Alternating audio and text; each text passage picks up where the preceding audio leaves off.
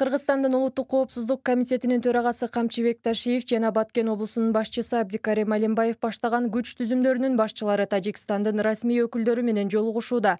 Президенттин Баткен облусунун өкүлчүлүгү жолугушуу Кыргызстан, Өзбекстан, Тажикстан аймагында өтүп жатканын кабарлады.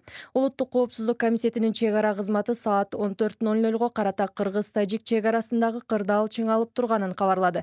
Тажик аскерлери Баткен районуна караштуу Достук айылындагы мектептин имаратын ээлеп алды. Тажик тарап калк жашаган конуштарды аткылап жаткандыктан ага жооп кайтарылып жатат. Кагылыштын жүрүшүндө кыргыз чек арачылары Тажикстандын Ляккан жана Багдари чек ара бекеттерине сокку уруп, бир топ аскердик оор техникасын керектен чыгарды. Тажик тарап жайкын тургундарды тирүү калкан катары колдонуп жаткандыктан жарандар арасында жоготуулар көп деп айтылат чек ара кызматынын тараткан маалыматында. Буга байланыштуу Тажик тарап азырынча комментарий бере элек. Кыргыз-Тажик чек арасында 16 сентябрда эртең менен кайрадан ок атышуу башталган.